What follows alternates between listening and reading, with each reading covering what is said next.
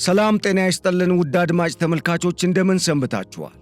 ይህ ገበያ ሚዲያ ነው። ፕሮግራማችን ከገበያ ሚዲያ ዘወትር ምሽት 3 ሰዓት ተኩል ላይ ወደ እናንተ የሚደርሰው የገበያ ሚዲያ ልዩ የፖድካስት ፕሮግራም ነው። በዛሬው የገበያ ሚዲያ ልዩ የፖድካስት ፕሮግራም እንደተለመደው ከኢትዮጵያ ብሔራዊ ጥቅም ጋር የተሳሰሩ ወሳኝ መረጃዎችን ይዘናል። ቀዳሚ ያደረግነው ቀንደኛዋና ታሪካዊ የኢትዮጵያ ጠላት የሆነችው ግብፅ በባለስልጣኖቿ አማካኝነት አዲስ የሆነ ትንኮሳን ጀምራለች።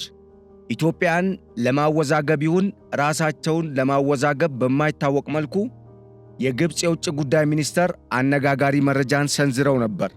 ያ የግብፁ የውጭ ጉዳይ ሚኒስተር ባድር አብዱለቲ የሰጡት በተለይ ከቢቢሲ ጋር ያደረጉት በተባለው ቃለ ምልልስ ተጎጂ አገር ነን፣ ይህንን ጉዳታችንን ወይም እየደረሰብን ያለውንና ኢትዮጵያ በዓለም አቀፍ ሕግ የተከለከለን ነገር በማድረጓ እኛ ላይ እየመጣብን ያለውን ተጽዕኖ ለመቀልበስ ሲባል በዓለም አቀፍ ደረጃ የወጡ የተመድ ቻርተሮችም ሆኑ ኮንቬንሽኖች ይደግፉናል። ስለዚህ ይህንን ሕጋዊ መብት ስላለን ወደ እርምጃ ልንገባ እንችላለን የሚል አይነት አዝማሚያ ያለው ንግግር ተናግረው ነበር።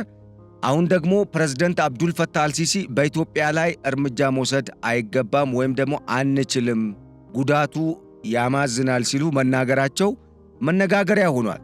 የኛ ዋና ትኩረት ለምን ሁለት መግለጫ በአንድ ቀን ልዩነት ሊሰጥ ቻለ?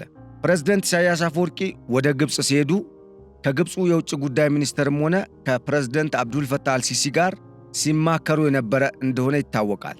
አሁን ላይ ግን ምን ወጣ? በግብፅና በኤርትራ መካከል አንድ ሚስጥር እስካሁን ያልተነገረ ቀርቶ እንደነበር የተመላከተ መረጃ ወጥቷል። ይህ መረጃ ምንድነው? ግብፅና ኤርትራ መካከል ያለው በተለይ አሁን ላይ ኢትዮጵያ ላይ የያዙት አቋም የመጨረሻና ምናልባትም ሁለቱ ሀገራት ይህንን አማራጭ ተጠቅመው ኢትዮጵያን ማሸነፍ የማይችሉ ከሆነ ኢትዮጵያ ቀጠናውን በእጇ የምታስገባበት፣ ኤርትራ ሕልውናዋ አደጋ ላይ የሚወድቅበት እድል እንዳለ የተመላከተበት መረጃ አለ። ይህንን ትሰማላችሁ። እንደዚሁም ቀጠናው አሁን ላይ ትኩሳቱ ትንሽ ሞቅ እያለ እየጨመረ መምጣቱን የሚያሳዩ መረጃዎች ወጥተዋል። በተለይም ሌላ ኃያላኑና ሁለቱ የቀጠናው የባሕረ ሰላጤው የመካከለኛው ምስራቅ የአረቡ ዓለም ሀገራት የተባበሩት አረብ ኤምሬትስና ሳውዲ አረቢያ በምስራቅ አፍሪካ ቀጠና ጉዳይ ከፍተኛ የሆነ ፉክክር ውስጥ ስለመግባታቸው ተመላክቷል። ስለዚህም ትሰማላችሁ። ቆይታችሁ ከኛ ጋር ያማረ ይሁን እያልን ለቻናላችን አዲስ የሆናችሁ ቻናሉን ሰብስክራይብ፣ ፕሮግራማችንን ደግሞ ላይክ እና ሼር እንድታደርጉ እየጋበዝን በቆይታችሁ እንደምታተርፉ ጥርጥር የለንም።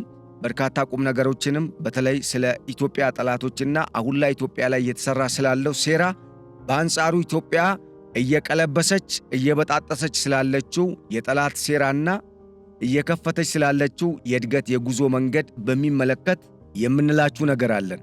አብራችሁን ቆዩ። በቀጥታ ወደ መረጃው ተሻገረ።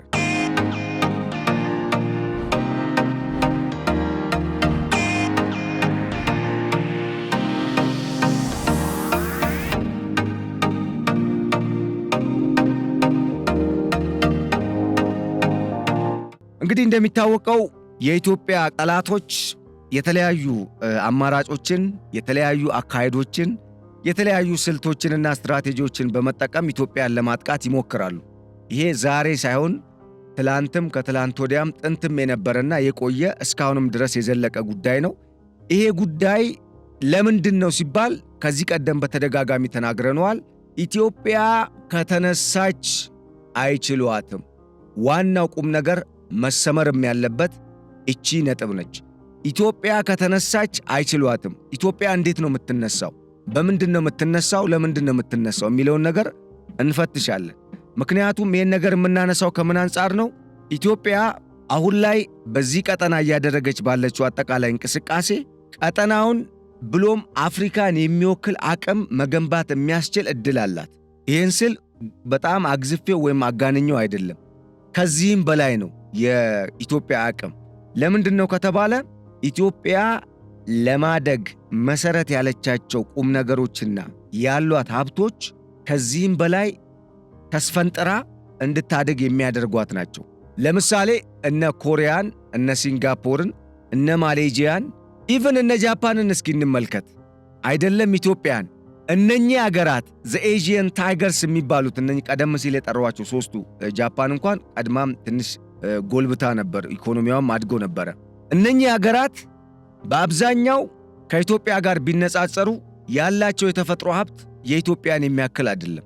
ያላቸው የአየር ሁኔታም እንደ ኢትዮጵያ 100% ወይም ደግሞ በአጠቃላይ ምቹ ነው ለማለት ያስቸግራል። ግን ከዛሬ 50ና 70 ዓመት ከነበሩበት አጠቃላይ የድህነትና አስከፊ ሁኔታ ወጥተው ዛሬ ላይ ዓለም ላይ ተወዳዳሪ ኢኮኖሚ ከመገንባትም በላይ በሰላሙም ረገድ በደህንነቱም፣ በጸጥታውም፣ በወታደራዊ አቅሙም ጠንካራ የሚባል ኢኮኖሚን የገነቡ ናቸው። አገርን የገነቡ ናቸው። መንግስታቶቻቸውም ሰላም የሚታይባቸው ስልጣንን በሰላማዊ መንገድ አሳልፎ መስጠትን ወይም ደግሞ በምርጫ ማመንን ታሳቢ ያደረገ የዲሞክራሲ ስርዓትን የሚከተሉ እንደዚሁም ደግሞ መከባበር የበዛበት እሴቱን ጠብቆ የሚራመድ ማህበረሰብ መገንባት የቻሉ አገራት ናቸው። ከነኛ አገራት አንጻር እንኳን ብናይ እነኚህ አገራት ምናልባትም በቆዳ ስፋታቸው ሶስቱን ኢትዮጵያ ልትወክላቸው ትችላለች።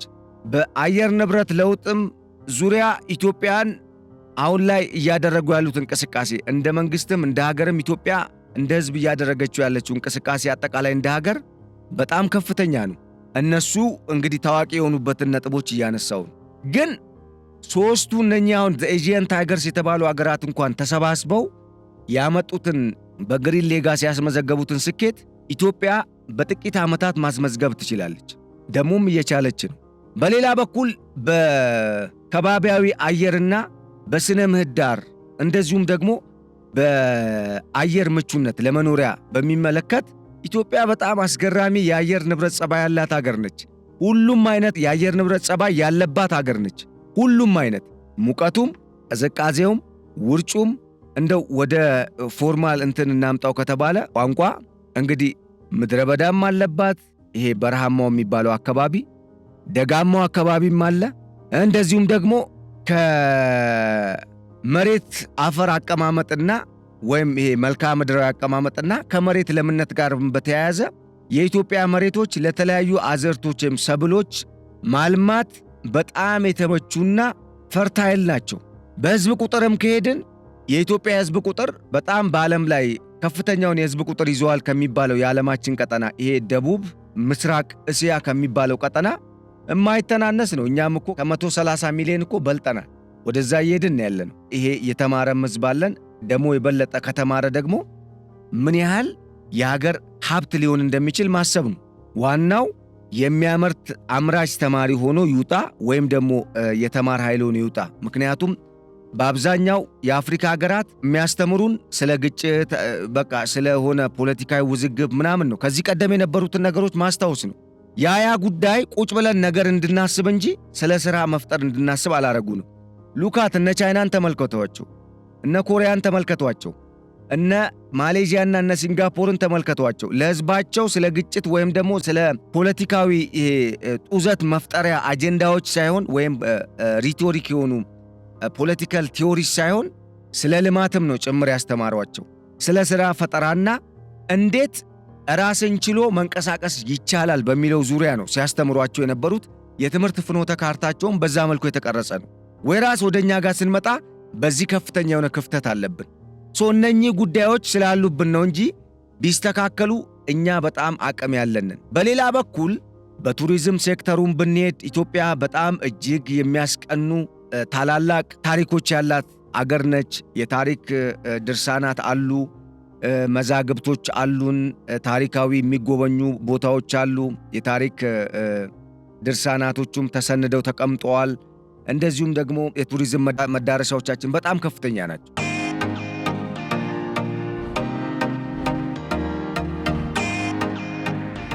ከዛም ባለፈ ኢትዮጵያ የታደለች አገር መሆኗን የምንገነዘበው አንድም በአቀማመጧና ሁለትም ባላት የተፈጥሮ ማዕድንም ነው። ቀደም ሲል ከጠቀስኩላችሁ አምላክ በተፈጥሮ ከቸረን ጸጋዎች በተጨማሪ ማለት ነው።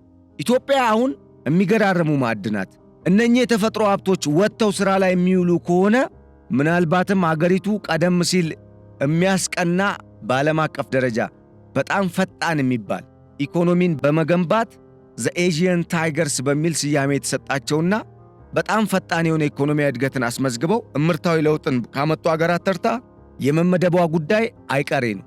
አንዱ ምን አለኝ፣ ለምን ዝም ብለህ ታወራለህ? አገር እኮ ልትፈርስ ነው አለኝ። እንግዲህ አስተያየት ሲሰጥ ነው። እኔ አገሬ እያደገች እንደሆነ ነው የማውቀው። የምትፈርስ አገር አላየውም፣ ግን ለማፍረስ የሚጥሩ ኃይሎች እንዳሉ አውቃለሁ።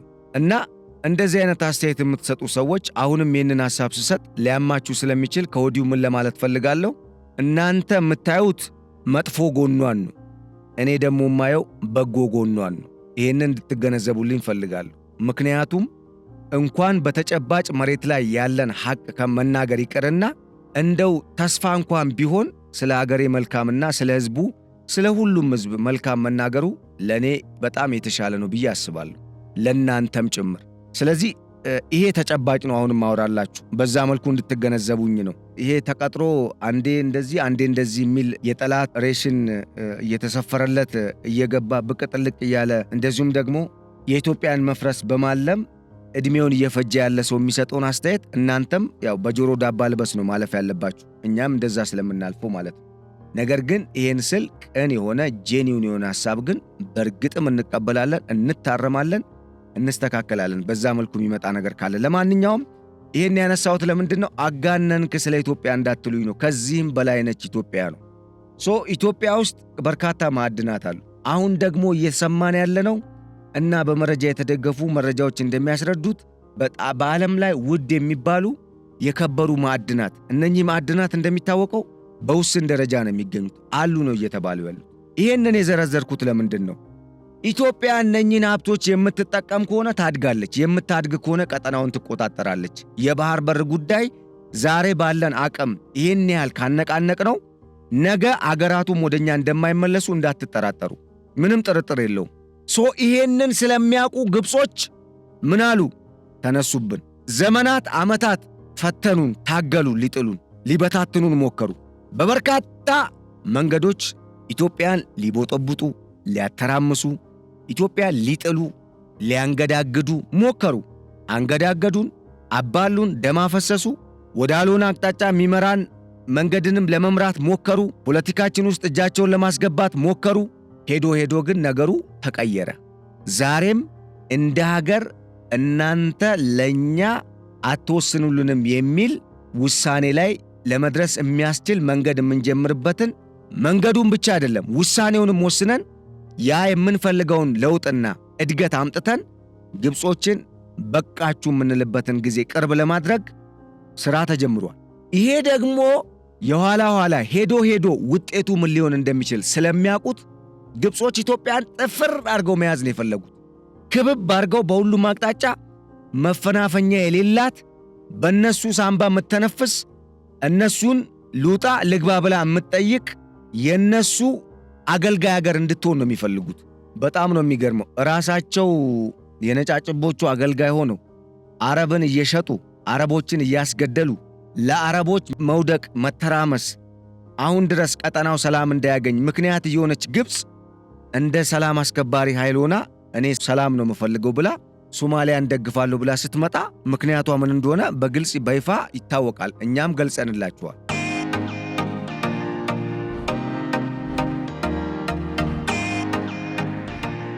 አሁን ደግሞ ምን መጣ? እንግዲህ ትላንትና የግብፁ የውጭ ጉዳይ ሚኒስተር ባድር አብዱለቲ ምን አሉ? በኢትዮጵያና በግብፅ መካከል ያለውን ውዝግብ በሚመለከት የዓለም አቀፉ ሕግ አንድ ተጎጂ ሀገር ራሱን እንዲከላከል ይፈቅድለታል ብለው ነው የዘጉት። ይሄ ምን ማለት ነው? እንግዲህ ነገሮች እኛ እንደምንፈልጋቸው የማይሄዱልን ከሆነ አሊያም ደግሞ ጥቅማችን የማይከበር ከሆነ እኛም ጥቅማችንን በዚህ መልኩ የሚከበርልን አድርገን የማናምን ከሆነ የማናስብ ከሆነ የኃይል አማራጭን ልንጠቀም እንችላለን። አንዱ መልእክት ይሄ ነው። ተንታኞችም ይሄን ነው እያስረዱ ያሉት። በሌላ በኩል ነገሩን መነጋገሪያ ለማድረግ ራሳቸውን አጀንዳ ለማድረግ ምክንያቱም እኚህ ሰው በቀጣይ የግብፅ ፕሬዝደንት መሆን ይፈልጋሉ። እንደሚታወቀው አብዱልፈታህ አልሲሲ ከዚህ ቀደም የግብፅን ሕገ መንግሥት በማሻሻል እስከ 2030 በፈረንጆቹ አቆጣጠር ፕሬዝደንት ሆነው ለመቀጠል ተስማምተዋል።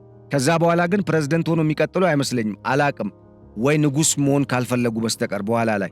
ምክንያቱም ያን ጊዜ ራሱ ሕገ መንግሥቱ ይሻሻል ሲባል በጣም በርካታ የሆኑ ውዝግቦች ተነስተው ግድቡንም አስቀራለሁ፣ አባይንም እንደዚህ ያደርጋለሁ፣ በርካታ በቃ ያልሆነ ነገር ብለው ቃል ገብተው ነበር ለህዝቡ። አሁን ድረስ እንግዲህ ስልጣን ላይ ያሉት ነገሮች እነሱ እንደፈለጉት እየሆነ አይደለም። ይሄ ደግሞ የህልውና ጉዳይ ሆነባቸው። ለስልጣናቸው ለሀገራቸው አይደለም ለስልጣናቸው። ስለዚህ ምን ሆኑ?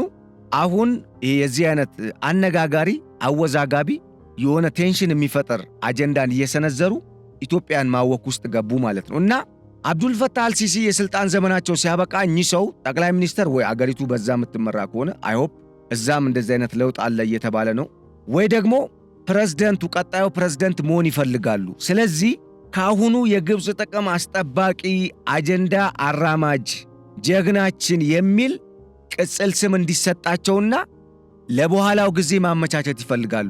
ባድር አብዱለት የውጭ ጉዳይ ሚኒስተሩ ኢማጂን ፕሬዝደንቱ እነሱ ፕሬዝደንሻል ስለሆነ በፕሬዝደንት ነው የሚመሩት። ሲስተማቸው እንደዛ ነው። እንግዲህ የሀገሪቱ አንድ ቁንጮ ሰው የተባለው አብዱልፈታህ አልሲሲ ቤተ መንግስቱ ተቀምጦ የውጭ ጉዳይ ሚኒስተሩ ስለ ጦርነት የሚያውጅበት ጉዳይ በራሱ ምን ያህል መግባባት እንደሌላቸው ከማመላከቱም በላይ ምን ያህል ደግሞ ኃላፊነት የማይሰማቸው ሬክለስ እንደሆኑ የሚያሳይ ነው። ምክንያቱም ይሄ 180 ሚሊዮን ህዝብ እጁን አጣጥፎ የሚቀመጥ ነው እንደሚመስላቸው። እስካሁን አስራቡን ባለፈውም ነግሬያቸዋለሁ። እነሱ 1980ዎቹና 90ዎቹ እንደዚሁም 50ዎቹ ሳይራቡ ሲያልፉ የኛ ህዝብ እኮ ይህን የሚያክል የውሃ ሀብት እያለ ይህን የሚያክል ለም መሬት እያለ በራሳችን መሪዎችም ስህተት በተሳሳተ የፖለቲካ አስተሳሰብና ፖሊሲ ምክንያት እንደዚሁም በዋናነት በነሱ ጫና ምክንያት ስንት ዜጎቻችን ረግፈዋል። የሚያሳዝን ታሪክ ነው። ወደ ኋላ መለስ ብላችሁ ማስታወስ ትችላላችሁ። ኢትዮጵያ የረሃብ አገር የምትባል የረሃብና የድርቅ ምድር የሚል ስያሜ እንዲሰጣት ለማድረግ የተሴረ ሴራ ነበር። ይህን ስል በወቅቱ የነበሩ መንግስታት ላይ ትችት አለማንሳት ወይም ደግሞ እነሱን ላለመንቀፍ ፈልጌ አይደለም። በደንብ ይነቀፋሉ። የሰሩ ስህተት አለ፣ ግን ቢያንስ አገር አስጠብቀዋል። በወቅቱ የነበረው ጫናም ከኢትዮጵያ አቅም በላይ የነበረበት ሁኔታ እንዳለ መገንዘብ ያስችላል። ያንን በጣም ውጥንቅጥ ዘመን በጥበብ ማለፍ ችለዋል። ምክንያቱም ለምሳሌ በትራይፓርታይት ዘመን የሶስትዮሽ ስምምነት ሲፈረም ሶስቱ ኃይሎች ተጣምረው ቢመጡብን ላንችላቸው እንችል ነበር፣ ወይም ደግሞ ሌላ መስዋዕትነት ያስከፍሉን ነበር። በእርግጥ እኔ አንችላቸውም ብዬ አላስብም፣ ግን ሌላ መስዋዕትነት ሊያስከፍሉን ይችሉ ነበር፣ በቅኝ ግዛት ዘመን ማለት ነው። ግን ኢትዮጵያ ተሻግረዋለች። እንደዚሁም በአፄ ኃይለ ሥላሴ ዘመነ መንግስትም ኢትዮጵያን አንድ ለማድረግ ሙከራ ተደርጓል። ያ ማለት ለማስቀጠል ይሄ የውስጥ ፖለቲካዊ ጉዳይ ለብሔር እኩልነት መብት አለመስጠት ዕውቅና አለመስጠቱ እንዳለ ሆኖ እሱ ክፍተት እንዳለ ሆኖ ማለት ነው። ነገር ግን እንደ ሀገር አገሪቱ እንድትቀጥል ሙከራ ተደርጓል። ያም ውጤታማ ሆኖ ዛሬ ላይ ደርሰናል።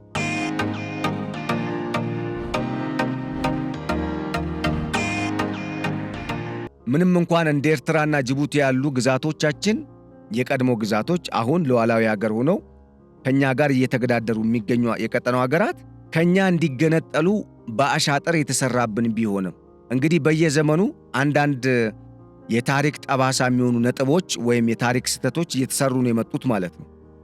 አሁንም የኢትዮጵያ የታላቁ ህዳሴ ግድብን መገንባትና በአባይ ውሃ ላይ በቀጣዮቹ ጊዜያት ይገነባሉ ተብለው የታሰቡ ግድቦች እየተገነቡ የመሆናቸው ጉዳይ አናዷቸዋል። ግብጾችን በጣም ነው ያበሳጫቸው።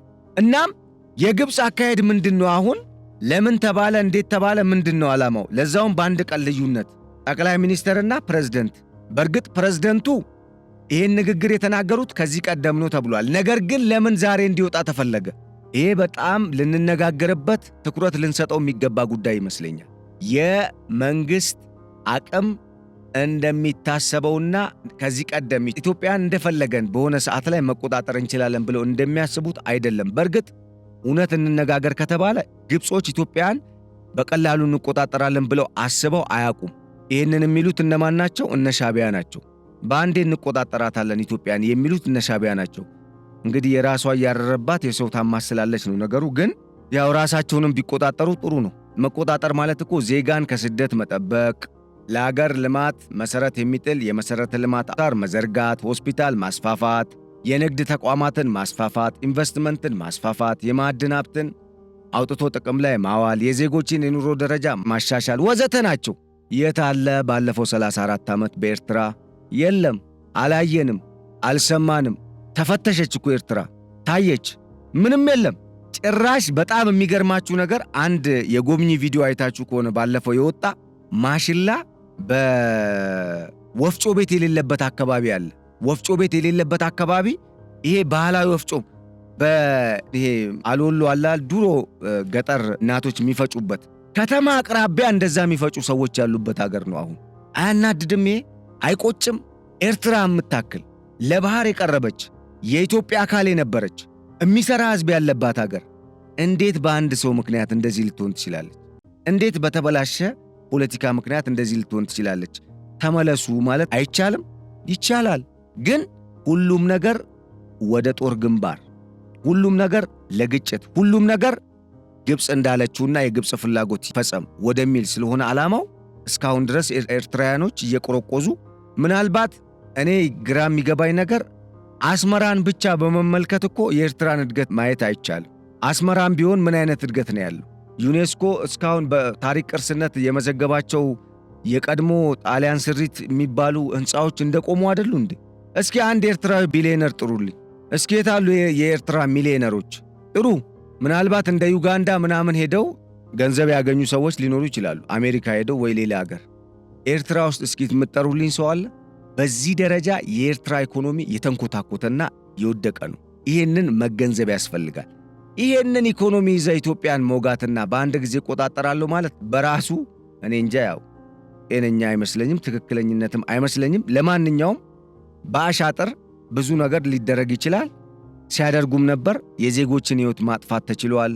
የብዙ ሰዎች ደም ፈሷል። ማን እንደገደላቸው ሳያውቁ ብዙ ወንድም፣ እህት፣ አጎት፣ አክስት፣ አባት፣ እናት ኢትዮጵያውያን ከሁሉም ብሔር ብሔረሰብ መስዋዕት ሆነዋል። ያማል። ግን እኔ የማይገባኝ ነገር ምንድነው ትርፉ ነው? ይህንን መጠየቅ አለብን። ትርፉ ምንድነው? እርስ በርስ ወንድም ወንድሙን ሰውን ዝም ብሎ በመጥላት እኔ ካልመራው እኔ የሆነ ነገር ካላረኩ ብሎ ብቻ በጥላቻ ተነስቶ አገርን ማመስ ምንድነው የሚጠቅመው? ለአገር እድገት ምንድነው የሚፈይደው? አገር በዚህ መልኩ የት አገር ነው ያደገችው? የትኛው አገር ነው አንተ ስልጣን ይዛ አታድግም እኔ ካልያዝኩኝ ተብሎ ያደገው? እኔ ምናልባት እዚህ ጉዳይ ላይ ዜጎች ራሳችሁ ሁላችንም ብንወያይበት ጥሩ ይመስለኛል። ምክንያቱም ስለ ሀገር እድገት ነው፣ ስለ ግል ፍላጎትና ስለሆነ ቡድን ጥቅም ነው የምናወራው። ይህንን እኮ መለየት ያስፈልጋል። ሁለተኛ ጠላት እንደዚህ እየከበበን ባለበት ሰዓት አሁንም አገር ውስጥ የጠላት አጀንዳ ማስፈጸሚያ መሆን አይ ዶንት ቲንክ ይሄ አዋጭ አይመስለኝም።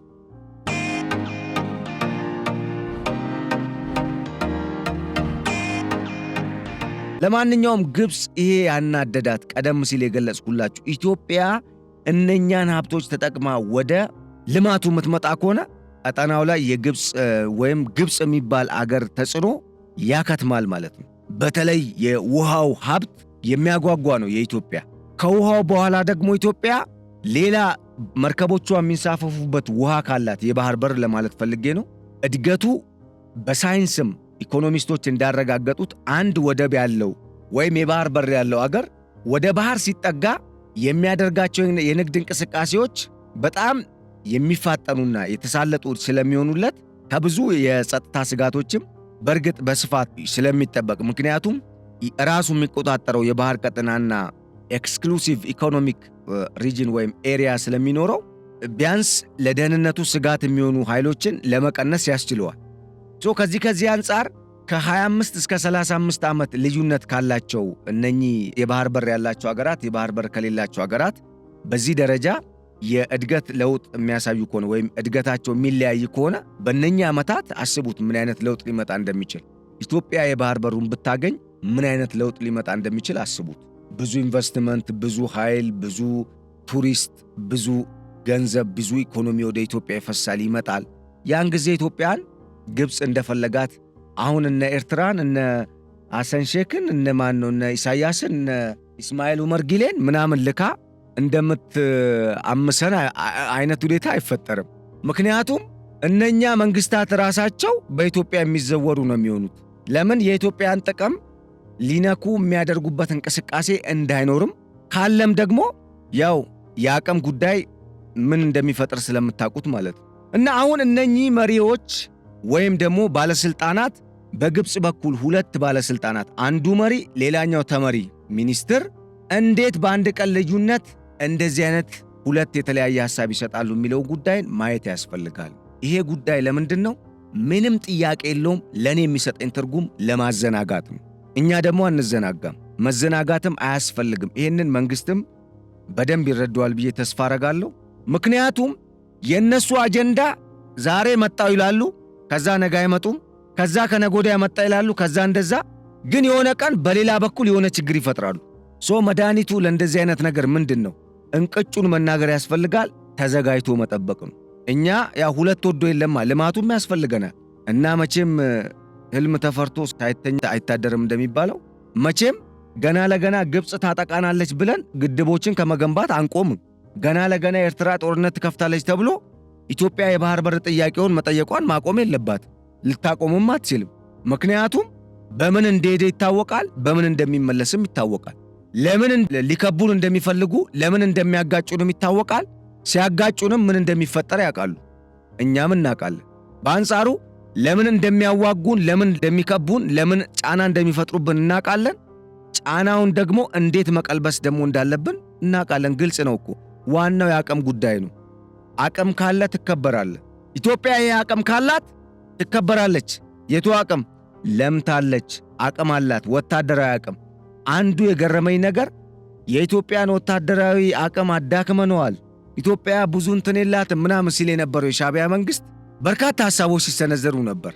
በግብፅ መንግስት በኩል አልሲሲ የውጭ ጉዳይ ሚኒስትሩ ባድር አብዱለቲ እርምጃ እንድንወስድ ሕግ ይፈቅድልናል ብለው አሻሚ ንግግር ተናግረው ከወጡ በኋላ በፕሬዝደንቱ በኩል ደግሞ አብዱልፈታህ አልሲሲ ምን አሉ? ኢትዮጵያ ላይ ጦርነትን አማራጭ ማድረግ ጉዳት አለው። እንዴት ሲባል ግድቡ ራሱ ያጠፋናል፣ መያዝ የሚችለውን ውሃ በበቂ ሁኔታ ይዟል። ያ ግድብ ተመቶ ውሃው ወጣ ወይም ተለቀቀ ማለት በቀጥታ ያጠፋናል። ምክንያቱም ይሄ ግድብ አንድ ነገር ከደረሰበት ይሄ ግድብ ብቻ ፈርሶ አይቀርም፣ እነሱ ጋርም ያለ ብዙ ግድብ ይፈርሳል። ያ ደግሞ በቋፍ ነው ያለው። በምን እንደተሰራ ይታወቃል። ያ ግድብ እንደ እንቁላል በሉት አይደለም፣ በጣም ከፍተኛ ተምዘግዛጊ ሚሳኤሎች ተተኩሰውበት በቀላሉ የሚፈርስበት ነገር አለው። ምክንያቱም እነ አስዋንን ግብፅ ያሉ አጠቃላይ ግድቦች በምን እንደተሰሩ ይታወቃል። በቂ መረጃ አለ በኢትዮጵያ መንግስት በኩል። በሌላ በኩል ያ ውሃ አፈተለከ ማለት በእርግጠኝነት የምነግራችሁን ነገር ልንገራችሁ። ስለ ግብፅ ማውራት አለብን። ግብፅ ምንም አይነት መሰረተ ልማት ማከናወን አትችልም። ለምን ከተባለ ገና ውሃውን ልትገድብ ዓመታት ይፈጅባታል። ኢትዮጵያ ውሃውን ሳትገድብ መልማት ትችላለች በመጠኑ። ይህን ስል ምን ለማለት ፈልጌ ነው? ውሃው ግድቡ ተገድቦ ለኢትዮጵያ የሚሰጠው ጥቅም በጣም ከፍተኛ የመሆኑን ያህል አሁን እነሱ ግድቡን መጥተው ኢትዮጵያን 100% እናጠፋለን እንደሚሉት ግን አይደለም ጉዳቱ። ለምን ከተባለ ኢትዮጵያ ኖርን እኮ ሳይገነባም፣ እነሱ ግን ያለ አስዋንና ያለ እንትን መኖር አይችሉም፣ እመኑኝ። ስለዚህ ኢትዮጵያ ምን አይነት እርምጃ እንደምትወስድባቸው ጠንቅቀው ያውቃሉ።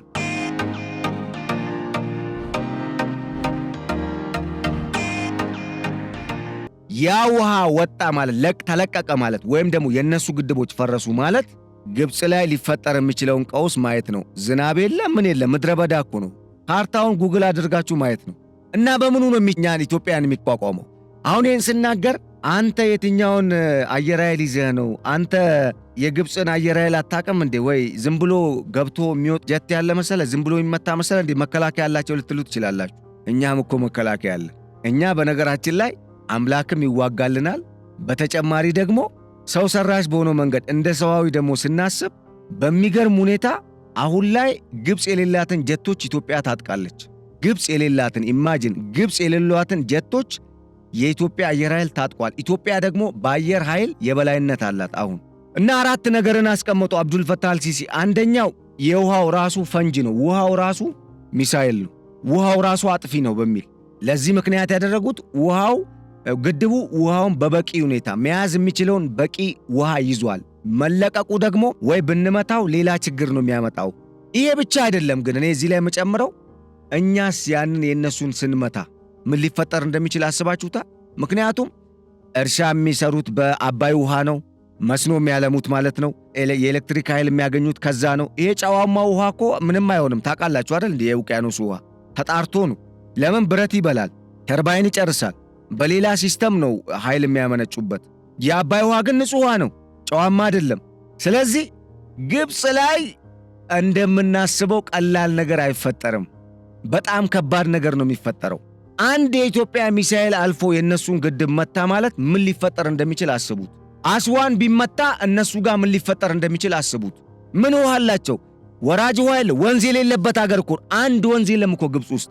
በነገራችን ላይ ከ70% በላይ የሚሆነው የግብፅ ግዛት ምድረ በዳና ሰው የማይኖርበት ነው። ይህን ታውቃላችሁ? ግን ፈትሹት እና ይሄ ሀገር ነው አሁን እኛን እንደፈለገ የሚያንቆጠቁጠን ወይ ደግሞ ማን ነው የሚያስቆጠቁጠን ወይ ደግሞ እንደፈለገ እዚህ ግቡ እዚህ ውጡ ብሎ እንዲወስንልን እድል የምንሰጠው? ኖ ዌይ። እኔ በዛ መልኩ አላስብም። ሁለተኛ ምን አለው አብዱልፈታህ አልሲሲ? አየር ኃይል እንኳን እንጠቀም ብንል የኢትዮጵያ መልክዓ ምድራዊ አቀማመጥ ምቹ አይደለም፣ ጀቶቻችን ላይመለሱ ይችላሉ ወደ ኢትዮጵያ ሄደዋል። እዚህ ጋር አስቀውኛል፣ የምር ተመችተውኛል። ምክንያቱም እውነታቸውን ነው፣ አይመለሱም። ለምን ካላችሁ ሶስተኛ ላይ ምን አስቀመጡ? ኢትዮጵያ ለዓመታት የአየር ኃይሏን ስታደራጅ ነበረ። እኛ የሌሉን ጀቶች አሏት። አስባችሁታል ጨዋታው በምን እንደሆነ? ኢማጂን እንግዲህ በአፍሪካ አንደኛ የሚባል ሰራዊት ነው ያላት ግብፅ። አትሞክረውም። አራተኛ ደረጃ ላይ ከፍተኛ ዲፕሎማሲያዊ ውድቀት ያመጣብናል። ኪሳራ ውስጥ ነው የምንገባው። እንደ አሜሪካና ቻይና ያሉ ዋና አጋሮቻችንን እናጣለን ያሉ እንግዲህ ዋይዝ ናቸው ማለት ነው ፕሬዝዳንቱ እቺን ካሉ። ግን አይ ዶንት ቲንክ እነኚህ ለማሳመኛ የሚቀመጡ ቃላቶች ናቸው እንጂ እንትን አይደሉም። በአምስተኛ ደረጃ ቀላል የተባለ ግን ደግሞ በጣም ከባድ አማራጭ ቀርቦ ነበረ።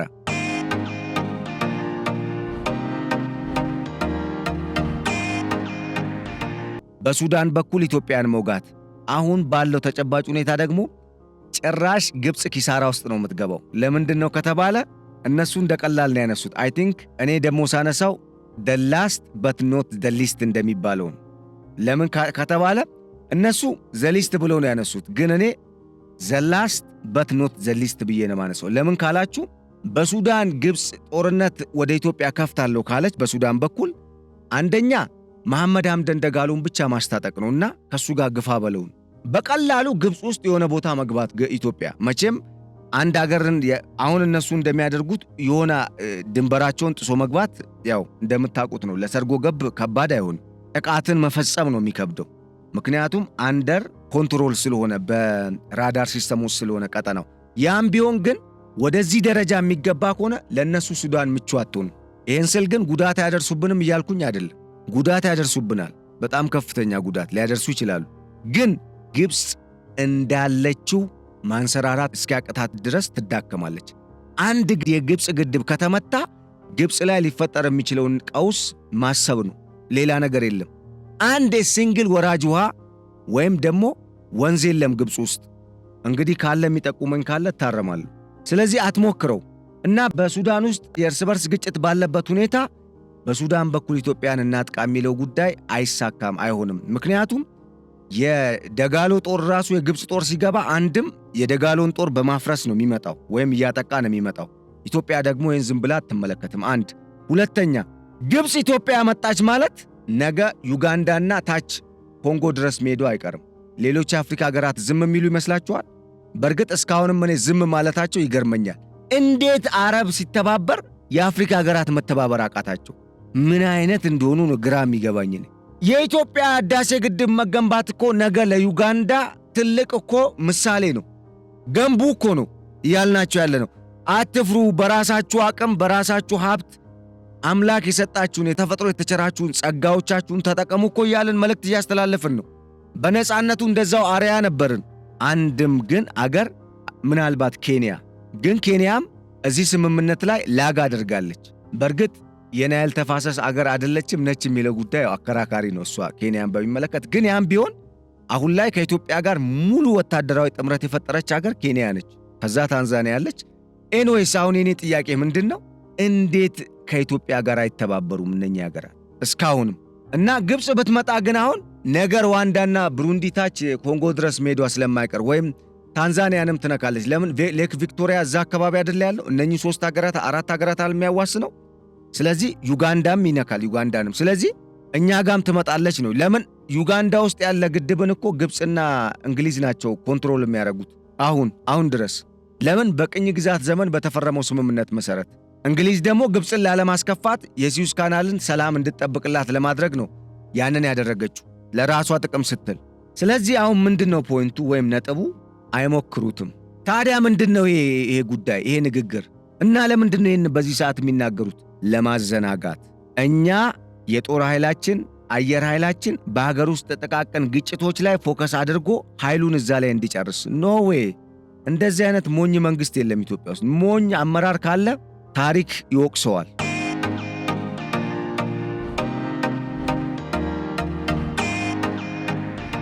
እንደዚህ አይነት ነገር የለም አሁን ኢትዮጵያ ውስጥ። ባለፈው አንድ ማሳያ ልስጣችሁ ደግሞ የተለያዩ ውይይቶች ተደርገው ነበረ።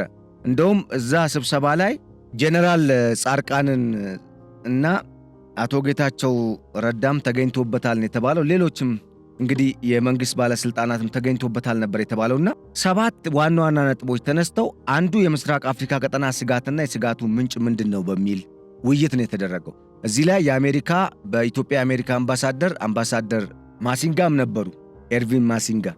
ከእንደገና የአፍሪኮም ኮማንደር ዋና አዛዥ ጀነራል ዳግቪን አንደርሰንም ነበሩ እና በሁለተኛ ደረጃ የኢሳያስ አፈወርቂና የሻዕቢያ መንግስት አሁናዊ አቋም፣ የሐሰን ሼክ መንግስት መላው ሶማሊያንና ራሱ የሚገዛቸውን ግዛቶች እያተራመሰና ከአልሸባብ ጋር ተጣምሮ እየሰራ ነው የሚል ግምገማ ነበረ።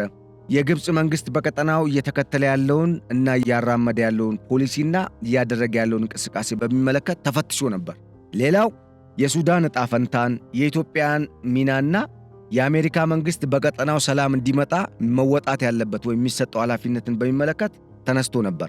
የሚገርማችሁ የኢትዮጵያ ወቅታዊ ሁኔታን በሚመለከት 6ኛ ላይ ነጥብ ሲነሳ በኦሮሚያ፣ በአማራ፣ በትግራይ ክልል በተለያዩ የአገሪቱ ክልሎች ያሉ ችግሮችን መንግስት በሰላም ለመፍታት እንደሚፈልግና ግን በአሜሪካ መንግስት ግምገማ መሰረት ይሄ ጉዳይ የውስጥ የሰላም ችግር ከመንግስት በላይ አይደለም የሚል ግምገማ ነው የተደረገው። በዋናነት ይሄ ምክክር ሲደረግ የችግሩ ምንጭ ማን ነው ሲባል ግብፅና ኤርትራ ሆነው ነው የተገኙት። ኢማጂን ይህንን ቀጠና እያመሱት ያሉት እነማን እንደሆኑ እነሱም ያውቃሉ። አያችሁ።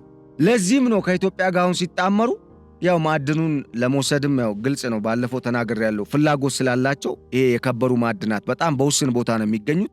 ቻይና የከለከለቻቸውን ከኢትዮጵያ ማግኘት ይፈልጋሉ አሜሪካውያን።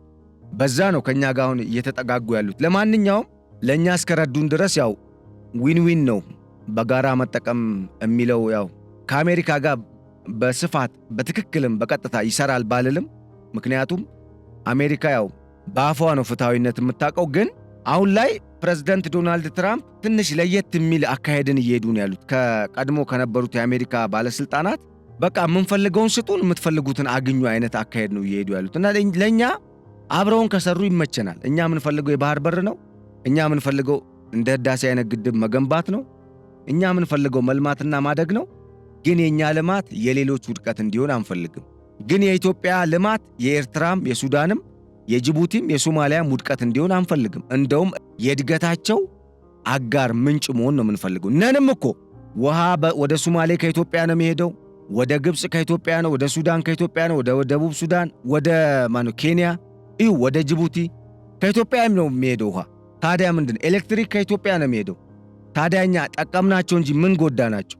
እነሱ ናቸው የኛን ድንበር በየአካባቢው የሚሸራረፉት በላይም በታችም በግራም በቀኝም። እንደ አጠቃላይ እዛ ሰሞን ስብሰባ ላይ ባለፈው ሳምንት ነው የተካሄደው። ይሄ ነው የተወሰነው ውሳኔ። አሁን ምን ልላችሁ ፈልጌ ነው፣ የነ ግብፅ አጀንዳ ኢትዮጵያን ለማዘናጋት ነው። አዘናግተውን ኃይላችንን በሀገር ውስጥ በጥቃቅን ግጭቶች ከጨረስን በኋላ ወይም ደግሞ ከሶማሊያ ጋር አይዘር ከኤርትራ ጋር ተዋክተን ከጨረስን በኋላ የኛን አቅም ይፈትሹና በእኛ ደካማ ጎን ሊገቡ ማለት ነው። መንግስት ጦርነቱን አላደርግም ሲል ወይም ደግሞ ለዘብተኛ ሆኖ ሲቆይ ለምን አንወጋቸውም የምትሉ ሰዎች አላችሁ። ሞራላችሁን አደንቃለሁ። ግን ለምን አንወጋቸውም ስንል በምንድን ነው የምንወጋቸው፣ ማንን ነው የምንወጋው የሚለውንም ማወቅ ያስፈልጋል።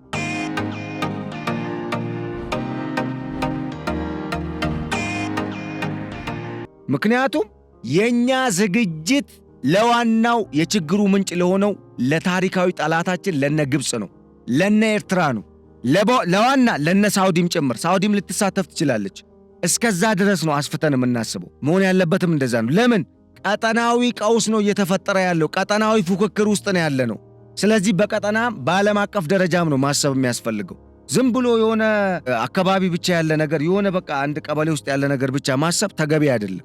ይሄ ኢትዮጵያንም ስለማይመጥን በዚህ ረገድ እኔ የመንግስት አካሄድ ዋናውን ችግር ለመቅረፍ ማለት ለምሳሌ ከግብፅ ጋር ነው በቃ ጦርነትም ካለ ብሎ ዝግጅት የማድረጉ ጉዳይ እኔ መደገፍ ያለበት ነው ብዬ ነው ማስበው። ለምንድን ነው ከተባለ ማን ነው የሀገር ውስጥ ተቃዋሚ እያስታጠቀ ወደ ኢትዮጵያ የሚልከው? ማን ነው ኤርትራን ገንዘብ እየሰጠ አሰልጥኝና ኢትዮጵያን ቢዚ አድርግ እያለ ያለው? ግብፅ እኮ ነች። ማን ነው? ሳውዲ አረቢያ እኮ ነች በአንድ በኩል አይደል እንዴ? ለዛ ነው መዘጋጀት እንጂ ይህንን ጉዳይማ በሀገር ውስጥ አቅምን ከጨረስን ምን ዋጋ አለን ታዲያ? አልሸሹም ዞር አሉ እኮ ነው ጉዳዩ።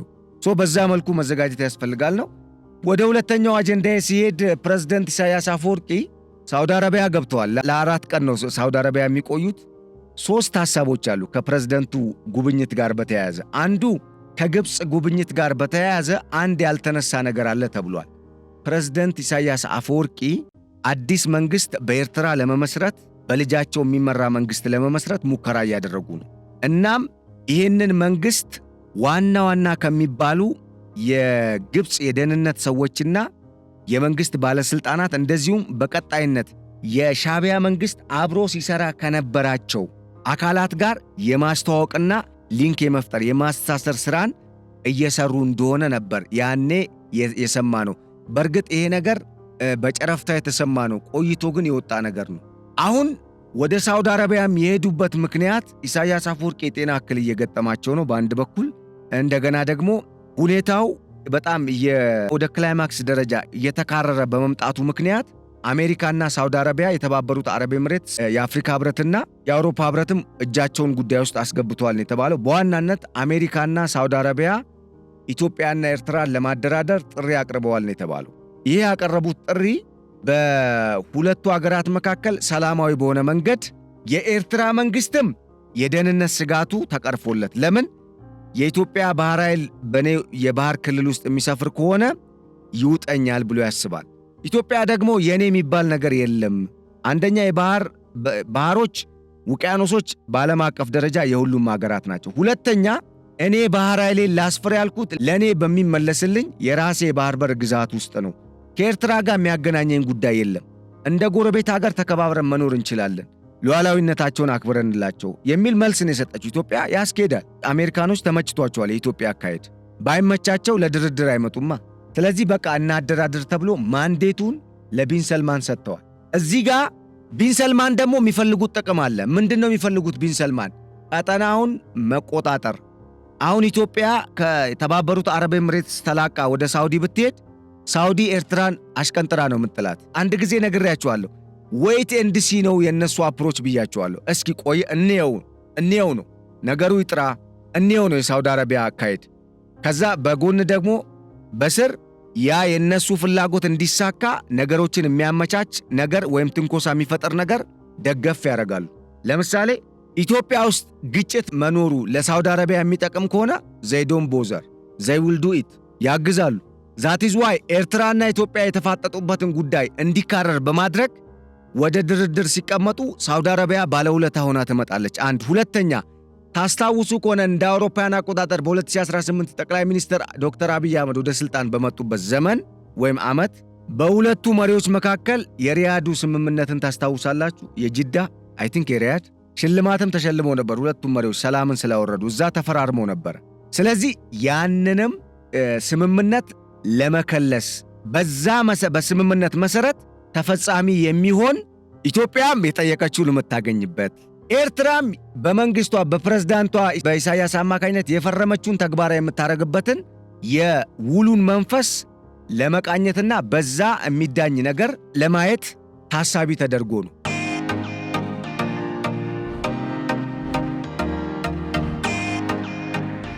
አይታችኋል። ነገሮች ወደ መጀመሪያው ሊመለሱ ማለት ነው። መቼም መንግስትን አደራ እንላለን። ይህን ሁሉ ተናግረን ኤርትራውያን ወንድሞቻችን ከእናንተ ጋር ሳይሆን እናንተን የእኛ ጠላት እንድትሆኑ ከሚያደርግ አሳሰብ ጋር እንደሆነ ግጭታችን ያው እንድትገነዘቡልን ነው። ምክንያቱም አንድን አገርና ህዝብ ነው የሚቀጥለው። የሆነ ጊዜ ግጭት ይኖራል፣ የሆነ ጊዜ ሰላም ይመጣል። እንግዲህ ወደ ግጭት ባንገባ ደስ ይለናል ለማለት ነው። ነገር ግን እኛ እስካሁንም የምናነሳቸው አጀንዳዎች የሀገራችንን ብሔራዊ ጥቅም ማስጠበቅን ማዕከል ያደረጉ ናቸው። ወደፊትም እንቀጥላለን በዚሁ ጉዳይ። ለምን አገር ነው። በአገር ጉዳይ አገር መቀበሪያ ነች፣ አገር መወለጃ ነች፣ አገር ማደጊያ ነች፣ አገር ሁሉ ነገር ነች። ስለዚህ በአገር ጉዳይ ላይ ከታላቅ ይቅርታ ጋር ባትመጡብን ነው ጥያቄው። አሁን ባጭሩ ለምንድን ነው ይህን የማነሳው? ስምምነቶች ተግባራዊ የሚደረጉ ከሆነ በተቀመጠው አግባብ መሰረት ተግባራዊ መደረግ አለባቸው። በጋራ ስንለማ የእናንተ ሀገር የእናንተ ነው፣ የእኛ ሀገር የእኛ ነው። የእናንተን የራሳችሁ አድርጋችሁ የእኛንም የእኛ ነው እንዳትሉ ነው ባጭሩ። የአስተሳሰብ ተመልሶ እንዳይወጣችሁ። አሁን ሰላም ሲፈጠር በመከባበርና በጋራ ጥቅም ላይ የተመሰረተ እንጂ ልክ ኢትዮጵያ የጋራችን ኤርትራ የብቻችን የሚለው አካሄድ እንደማያስኬድ መገንዘብ ያስፈልጋል ለማለት ፈልጌ ነው። እና ምንድነው በሳውዲ አረቢያ አሁን ነገሮች ወደ ቀደመው ሁኔታ እንዲመለሱ ለማድረግም ነው ለሳውዲ ማንዴቱ የተሰጣት። ይሄ ማለት ምንድነው? አሜሪካና ሳውዲ አረቢያ ኢትዮጵያና ኤርትራን ሲያደራድሩ ግብፅም ትኖራለች። ግብፅን ደግሞ ሳውዲ አረቢያ የመጫን አቅም አላት። ድርድሩን በአንድ በኩል የተባበሩት አረብ ኤምሬትስ አለች በአረቡ ዙሪያ ኢትዮጵያን በመደገፍ፣ ኤርትራንና ግብፅን ደግሞ በሚመለከት ሳውዲ አረቢያ አለች። ሁለት ተወካይ ሀገሮች ወይም ደግሞ የጉዳዩ ባለቤት የሆኑ ሀገሮች ኤርትራና ኢትዮጵያ ያሉ ሁለት መሪዎች አሉ፣ ዶክተር አብይና ፕሬዝዳንት ኢሳያስ። በሌላ በኩል ጠቅላይ ሚኒስትር ዶክተር አብይ አህመድ ፕሬዝዳንት አብዱልፈታህ አልሲሲ ጋር ያላቸው የውሃ ጉዳይም አለ። ግብፅ የውሃውን ጉዳይ በባህር በሩ አጀንዳ አስታካ ኢትዮጵያ አሳሪ ውል እንድትፈርም ትፈልጋለች። ኢትዮጵያ ደግሞ ከዚህ ጥርት ያለ አካሄድ እንዲኖር ነው ጥያቄ ያቀረበችው። ቅድመ ሁኔታዎችንም አስቀምጣለች።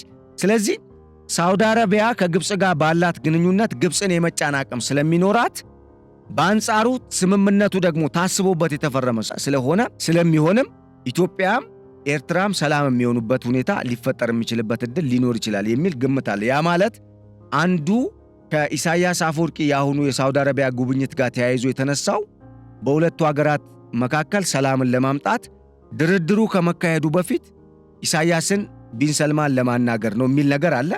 በነገራችን ላይ ኢሳያስ ቢን ሰልማንን ብቻ ሳይሆን አባቱንም ነው የሚያናግሩት። አሁንም አሉ፣ ንጉሱ አልሞቱም ወይም ከስልጣን አልወረዱም።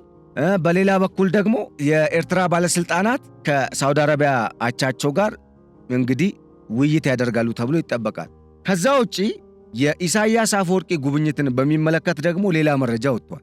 ሌላው መረጃ ምንድነው? የኢትዮጵያ ጀቶች አደገኞች ናቸው። የኢትዮጵያን ጀቶች በአዲስና ዘመናዊ የጸረ አየር ወይም ጀት ወይም ደግሞ አውሮፕላን መከላከያ ዘመናዊ የራዳር ሲስተም ታግዘን ካልሆነ በስተቀር መከላከል አንችልምና ራዳር ጸረ ጀት የሆነ ጸረ ኢትዮጵያ ጀትና ሚሳኤሎች መከላከል የሚያስችል ወይም መቆጣጠር የሚያስችለን ራዳር ስጡን፣ የጦር መሳሪያም እርዱን ሲሉ ልመና ለማቅረብ ወደዛ ስለማምራታቸው የወጡ መረጃዎች አመላክተዋል። እንግዲህ ይሄ ሁኔታ ምንድነው የሚያሳየው? አራተኛ ላይ ያው የህመም ጉዳይ ነው የተቀመጠው። እንደዚህ የሚቆዩት አንድም ህመም ነው። ምክንያቱም ኢሳያስ አፈወርቂ በተመሳሳይ ቦታ አይታከሙም፣ ግን የሚያክሟቸው ዶክተሮች ተመሳሳይ እንደሆኑ ይነገራል። ለምሳሌ ግብፅም ሲሄዱ የነበሩ ዶክተሮች ናቸው፣ ሳውዲ አረቢያ የነበሩ ዶክተሮች ናቸው የሚያክሟቸው። ሳውዲ አረቢያም ሲመለሱ እነኛው ዶክተሮች ናቸው የሚያክሟቸው። ቦታ የሚቀያየረው ትኩረት ላለመሳብ ወይም የፖለቲካ መነጋገሪያ ላለመሆን አጀንዳ ላለመፍጠርና ፖለቲካቸውን ላለማበላሸት ነው የሚልም ነገር አለ። ኤንዌይስ ግን እንደ አጠቃላይ ፕሬዝዳንት ኢሳያስ አፈወርቂ አሁን በሳውዲ አረቢያ እያደረጉ ያሉት ጉብኝት የሚጠበቅ መሆኑን መዘንጋት የለብንም።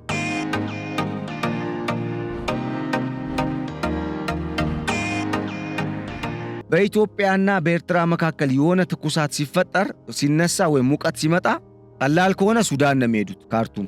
ከበድ ካለ የት ነው የሚሄዱት? ግብፅና ሳውዲ አረቢያ ነው የሚሄዱት። ስለዚህ ግብፅ ሄደዋል፣ ታክመዋልም ጭምር በሽታቸውን ታክመዋል። አሁን ደግሞ ወዴት ነው የሚሄዱት?